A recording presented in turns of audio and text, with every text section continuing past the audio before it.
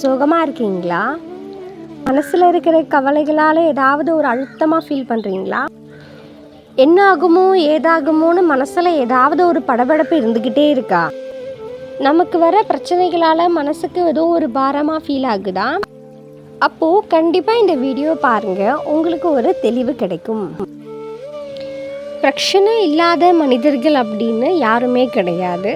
எல்லாருக்குமே ஏதாவது பிரச்சனைகள் இருந்துகிட்டே தான் இருக்கும்.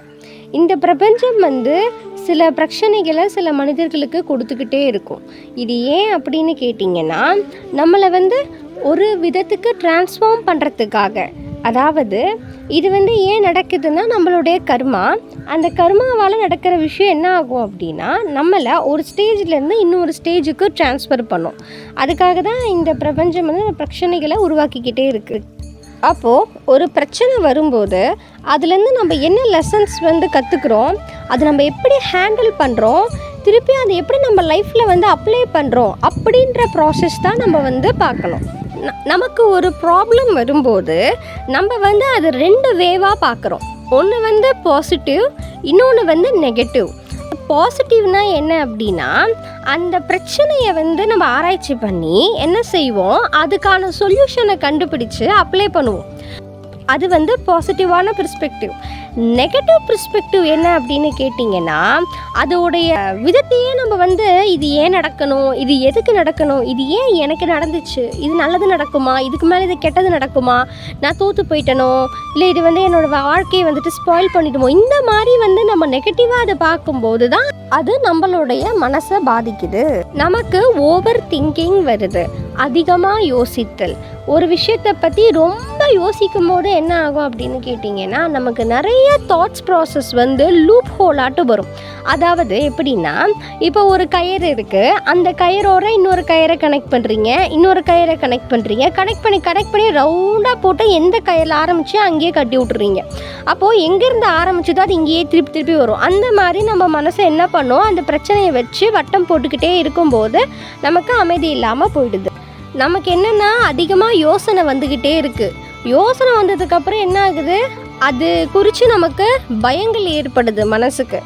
அந்த பயத்தெல்லாம் யோசிச்சு நமக்கு அதிகமான ஸ்ட்ரெஸ் உண்டாகுது. ஸ்ட்ரெஸ்னால் டென்ஷன் இல்லையா?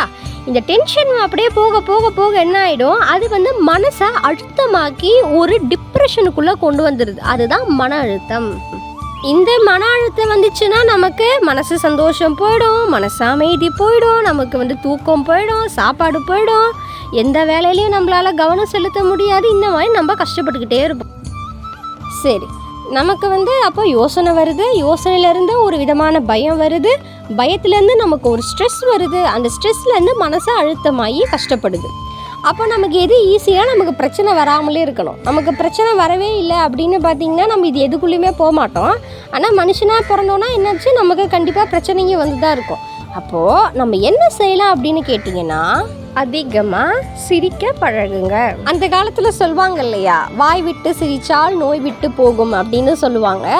அப்போது நீங்கள் சிரித்து பழகுறீங்கன்னு வச்சுக்கோங்களேன், என்ன ஆகும் தெரியுமா, உங்களுக்கு ஹாப்பி ஹார்மோன்ஸ் சுரந்துக்கிட்டே இருக்கும் உங்களுடைய பிரெயினில். அது உங்களை எப்பவுமே ஹாப்பியாக வச்சுக்கவே முயற்சி பண்ணும். ப்ராப்ளம்ஸ் வந்தால் கூட அதை சிரிச்சுக்கிட்டு அப்படியே அழகாக சிம்பிளாக ஹேண்டில் பண்ண ஸ்டார்ட் பண்ணிடுவீங்க.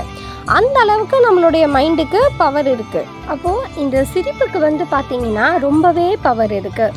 நீங்கள் சிரிப்பை ரெஃப்ளெக்ட் பண்ணும்போது அதுவே உங்களுக்கும் திருப்பி ரெஃப்ளெக்ட் ஆகும். இப்போ நீங்கள் போயிட்டுருக்கீங்க, யாரும் உங்கள் மேலே ரொம்ப கோபமாக இருக்காங்க, அவங்கள பார்த்து நீங்கள் ஒரு ஸ்மைல் பண்ணிங்கன்னு வச்சுக்கோங்களேன், அவங்க மனசில் இருக்கிற கோபம்லாம் மாறி உங்கள் மேலே ஒரு அன்பு வர ஸ்டார்ட் ஆகிடும். இதில் என்ன கண்டிஷன் அப்படின்னா, சிரிக்கிறது அப்படின்றது மற்றவங்களுக்கு துன்பங்கள் கொடுக்கக்கூடாது. அதாவது மற்றவங்க கஷ்டத்தில் இருக்கும்போது அவங்கள பார்த்து சிரிக்கிறது, அவங்க வேதனையில் இருக்கிற மாதிரி பார்த்து சிரிக்கிறது, அவங்கள கிண்டல் பண்ணி சிரிக்கிறது, இந்த மாதிரி விஷயங்களை நம்ம செய்யும் பொழுது நமக்கு அது பாவமாக சேரும். அப்போது இடம் பார்த்து எப்படி இருக்கணுமோ அந்த மாதிரி நம்ம பேசணும், பழகணும். சில பேர் பார்த்திங்கன்னா கார்ட்டூன் கூட பார்த்து சிரிப்பாங்க. அதே மாதிரி சில பேர் அவங்களுக்கு பிடிச்ச காமெடி சீன்ஸ்லாம் பார்த்து சிரிப்பாங்க. இந்த மாதிரி விஷயங்களை நம்ம செய்யும்போது கூட நமக்கு என்ன ஆகும், ஸ்ட்ரெஸ்ஸில் இருக்கும்போது நமக்கு அது நல்லா ஈஸியான ரிலீஃப் கொடுக்கும். பட் என்ன பண்ணக்கூடாது அப்படின்னா, எதுக்குமே நம்ம அடிக்ட் ஆகிடாமல் நம்ம அந்த விஷயத்தை செய்யணும். வந்து பார்த்திங்கன்னா ஒரு ப்ரெஷர் குக்கர் இருக்குது அப்படின்னா ஏன் வந்து அந்த விசில் வச்சுருக்காங்க அப்படின்னா அந்த ப்ரெஷரை வந்து ரிலீஸ் பண்ணுறதுக்காக வச்சுருக்காங்க இல்லையா. அதே மாதிரி பல விதமான தாட்ஸாலேயும் ப்ராசஸாலேயும் நம்ம மனசு வந்து ஒரு ப்ரெஷரில் இருக்குது.